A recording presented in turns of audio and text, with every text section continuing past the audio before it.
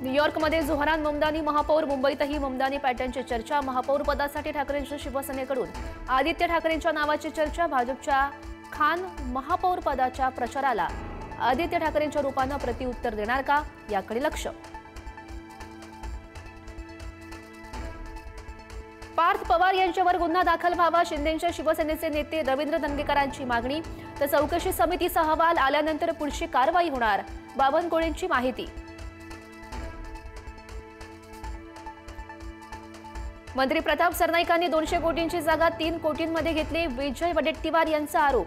सरनाईकांनी स्वतःच्या शिक्षण संस्थेसाठी जागा घेतल्याचा आरोप, तर वडेट्टीवारांनी कागदपत्रांसह पुरावे द्यावे, सरनाईकांचं आव्हान। 2024 मध्ये शरद पवार कुठून निवडून येणार, गोपीचंद पडळकरांकडून राष्ट्रवादीला चिमटा।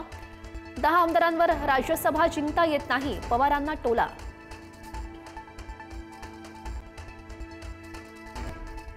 आठ डिसेंबरपासून नागपूरमध्ये हिवाळी अधिवेशन, 8 ते 19 डिसेंबरपर्यंत अधिवेशनाचं कामकाज चालणार।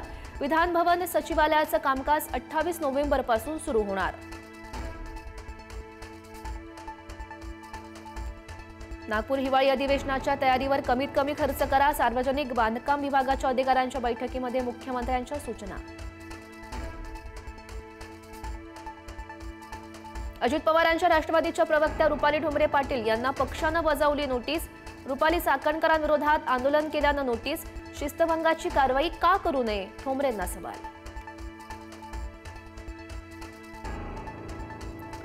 मुंबईतल्या भाजपच्या माजी नगरसेवकांची धाकधूक वाढली, निवडून येण्याच्या निकषावर तिकीट मिळणार।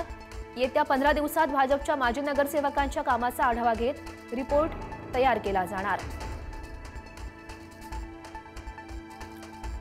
नागपुरातील कंत्राटदार पुन्हा आंदोलन करण्याच्या पवित्र्यात, तिजोरीमध्ये खडखडाट, सरकारनं थकीत बिलं काढलीच नाही, अधिवेशनाच्या तोंडावर पुन्हा आंदोलन करण्याचा इशारा।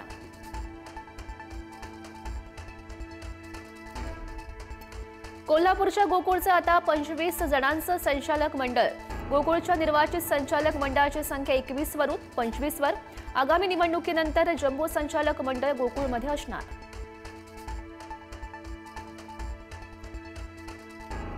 महिला डॉक्टरच्या निष्काळजीपणामुळे रुग्णाचा मृत्यू, कणकवली उपजिल्हा रुग्णालयामधील धक्कादायक अशी घटना, ग्रामस्थांचा संताप, वैद्यकीय अधिकाऱ्यांना घेराव।